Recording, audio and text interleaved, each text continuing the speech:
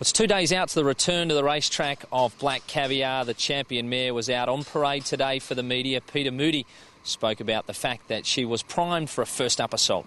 She's enjoyed it all. She's been back here at Caulfield about a month now. Had a trial Tuesday week back, as everyone saw. She's in great shape and really enjoying her time.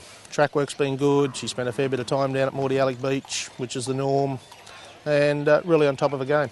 And she won this race 12 months ago, the Schillaci Stakes. She's back, a better horse, more mature, but the weight of expectation is there for Peter Moody.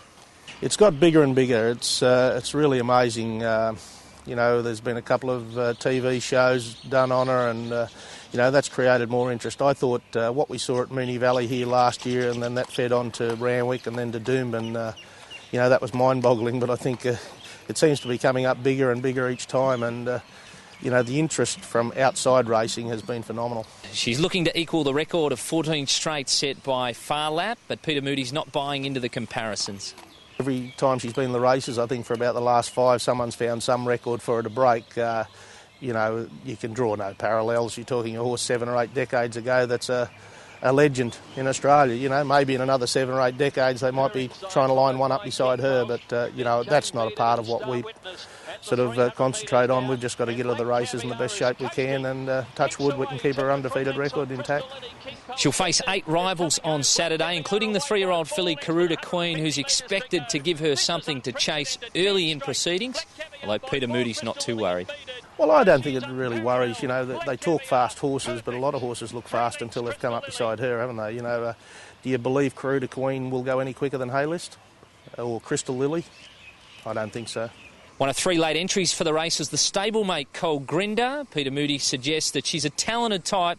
She's going to be hard-pressed to beat the Golden Girl, though. There's good place money there behind her as well, and, silly things happen, but, she's a good mare, and I consider her my second-best sprinter, and, I think she's there to be competitive with the rest. I'd be lying if I suggest to you what I've seen at home that she could push Black Caviar, but I'd be disappointed if she couldn't be competitive with the rest. Despite her deeds thus far, Peter Moody has suggested that this shapes as her best campaign yet. I think we've got a more mature horse. It'll be silly to suggest she's faster, but I'm of the belief that this is going to be her best prep. She's, battle-hardened, if you like. She's handled all the stress of the big-time racing, and, where this time last year she was still the up-and-comer, but now she's the champ. She's had everything thrown at her, and now we've got to face them all again. She's going to follow a similar path to she did last year after she contests the Schillaci on Saturday.